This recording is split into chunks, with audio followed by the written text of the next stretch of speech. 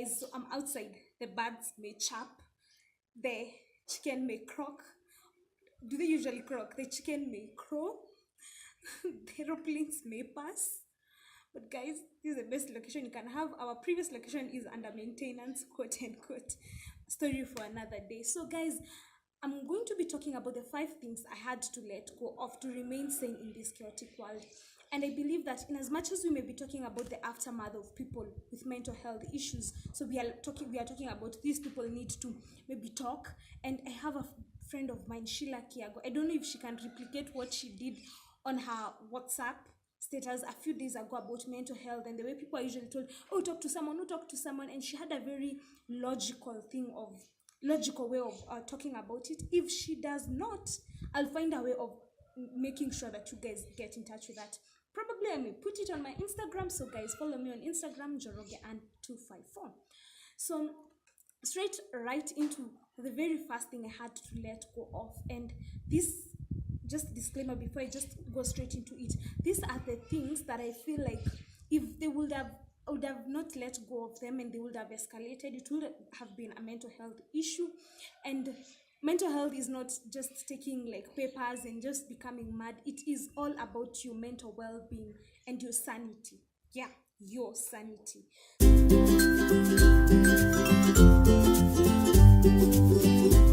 Those people who hurt you, those people you were in friendships and relationships that did not work out, those people that have made you develop trust issues because they broke your trust, those people you need to let go of those people, because most times we don't know how these hurtful situations have done to our heart. We do not realize how those hurtful situations and the lack of trust has actually influences our health and our mental well-being.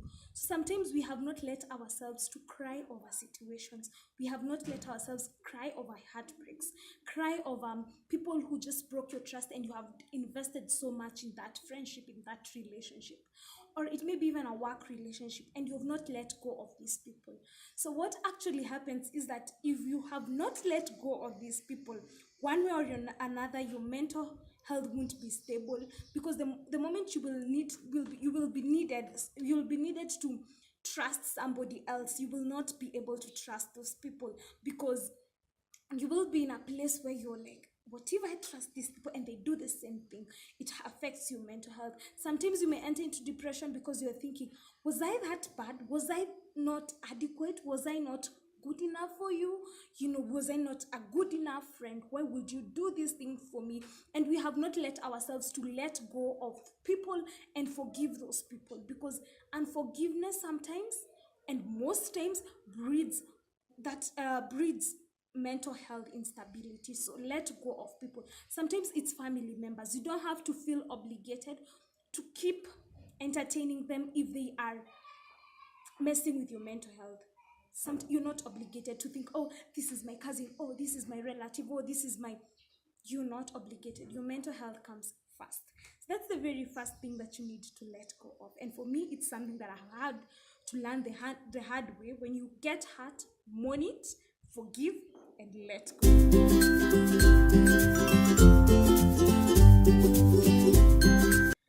If there was like a PhD or an award that was being given to the person who overthinks the most, I think I would get that award, because I overthink. Like, you may act towards a certain way to me and I will overthink that thing. So I will try to get the why and derive from the why something else, and then a tuk-tuk past. Raka. So where was I? Overthinking, because I may just be thinking, why have you done this? So you do X thing, and then I try to derive from X, why would you have done this and all that. So I overthink a lot, and even it may bring even trust issues, and overthinking is a very bad thing. So if, for example, I want you to do a favor for me and then I say no, don't overthink it, because the more you overthink, the more you affect your mental health. I think overthinking is very self-explanatory. Just don't overthink. It is what it is. Don't try to be, a detective, an FBI agent. I don't know if it's the law the legal knowledge that I have that makes me to overthink and to investigate and interrogate and find out. And the more you interrogate, you may come up with an inference or a conclusion that is not right, and it ultimately affects your head. So stop overthinking. It is what it is. If you have not been able to get that particular job, it is what it is, and you need not overthink. So that's the very number 2 thing.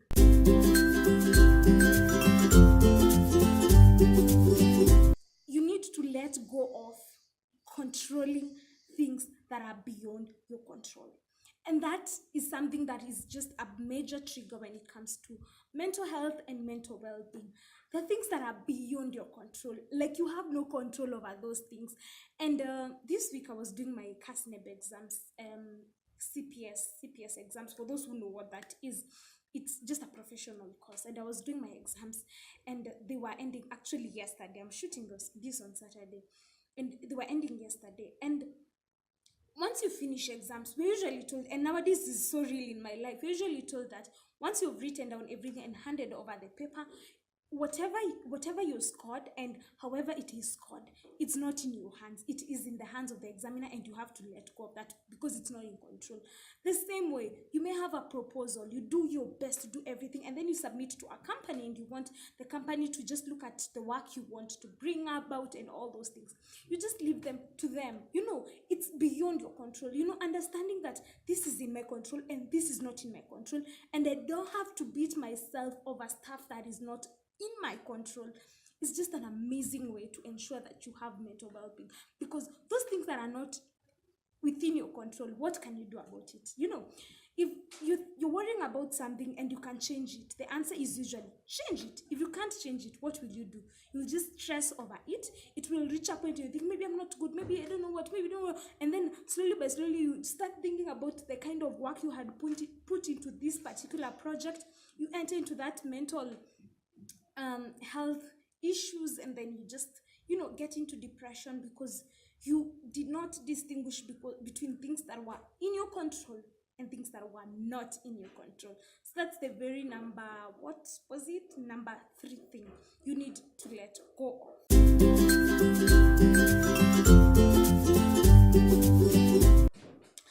This week and last week has been a tough, hard, and I don't know, like exhausting kind of week for me. And because the previous week I was juggling work, reading for my CPS exam, and had a moot court competition. This week had moot court competition, and this practice, and then there was the competition itself. After the competition, it ends like 7 p.m. and tomorrow at 9 a.m. I have a financial management paper, and then had exams throughout. I'm commuting from Nairobi to Thika, just quite a distance. If you do not know Kenya, quite a distance, and that forced me sometimes to sleep for 2 hours or 3 hours. And I have a friend of mine who called me out on this, and I was like, I've only slept for 2 hours, and that would be like, you're so hardworking and all those things. But it was like, it is important for you to sleep and to rest. And I was like, I have all these things, how do I afford to sleep and excess? And maybe those things I needed to do them at that particular point. But today, as I was thinking about the whole and everything that I was doing, is that you need to let go of things that are excess in your life. When I was beginning this year, I was so much, how do I put it, I had so many goals and ambitions that I wanted to achieve. If you're an old person here, you probably know that I am into the filming space. I'm into radio and TV content creation and script writing and all those things. And I had a podcast, by the way, and I was thinking I needed to do all these things together. And I tried doing that, trying to get film done, school done, and all these things.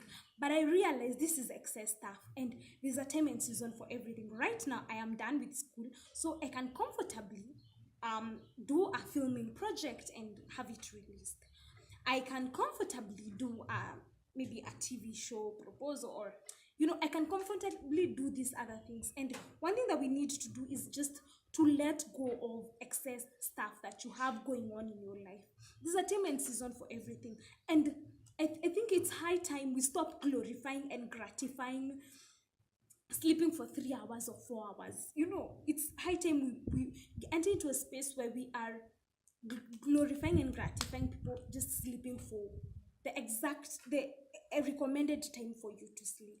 So for example, if you are working so hard and you're thinking, I'm sleeping for 3 hours, I'm not eating, like this week, like I can count the number of times I had proper meals, but I would have done better. Maybe I would have slept better, I would have taken more rest and known that it is important for me to have sleep. And there's a clip that I was sent by that friend of mine, and I'm going to insert it, I think immediately after this point, just a snippet of it on the importance of sleep.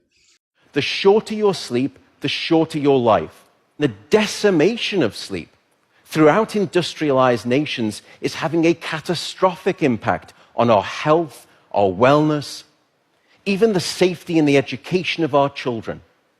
It's a silent sleep loss epidemic, and it is fast becoming one of the greatest public health challenges that we face in the 21st century. We're in the 21st century, and working hard is something that has been glorified. And it is important to work hard, but at the expense of what? Your health, your mental health, your sleep, your food. I think it is important for us to move from, to change just our perspective of working hard and working smart, from just, beating yourself over stuff, to just being efficient and having enough rest. Because trust you me, that affects your mental health.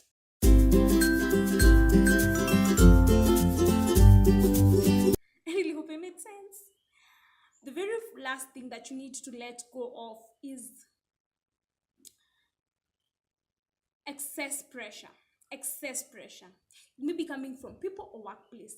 And it doesn't matter if that place is putting food on your table. If it is affecting your mental health, leave. I may not be very new into, the job space and the market, the job atmosphere and all that. I may not be that new. But one thing that I know is that sometimes we withstand pressure, and the bad pressure that is affecting our mental health, because we think we have to make a living, and the only thing we can do is kuvumilia, to be patient in that space that we need to be in. And the flip side of this particular thing is that you will think that by you being in that job, you're helping these people. But when your mental health is affected and you pass away, the next day they will be advertising for that job.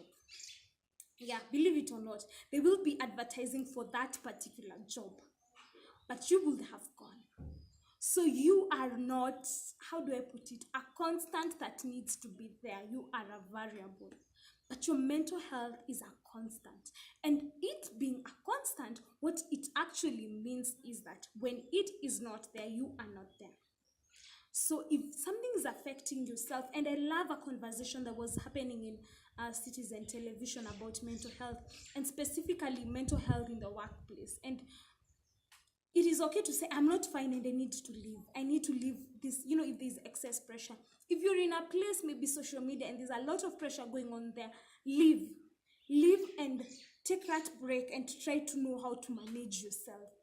But don't let this whole thing and this whole scenario of, I need to put food in my table, I need to work towards my dreams. Yes, you need to, but not at the expense of your health.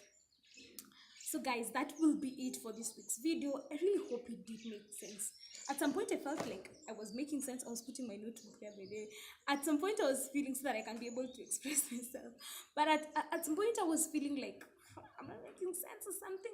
But I really hope it talked to someone in one way or another. So let me summarize. So let go of people. Let go of overthinking. Let go of excess pressure, excess stuff. So these points that I have actually talked about, I don't know, I say actually so many times, but these points that I have talked about are some of the things that I have had over time to let go of to remain sane. And I think it is important to treat the symptoms before the disease comes. I don't know how to put it, but just to take care of preventive, just taking preventive measures before the lightning strikes or the thunder strikes. So guys, that will be it for this week's video. Remember to like, share, subscribe to this channel, click on the post notification so that you get post notifications each time I upload. And I am really grateful for your love. I'm grateful for you sticking around until this end of this video. So enjoy your week, enjoy your last week of May, actually. Enjoy your last week of May. And as always, remember that God loves you a lot. Until next week, bye bye.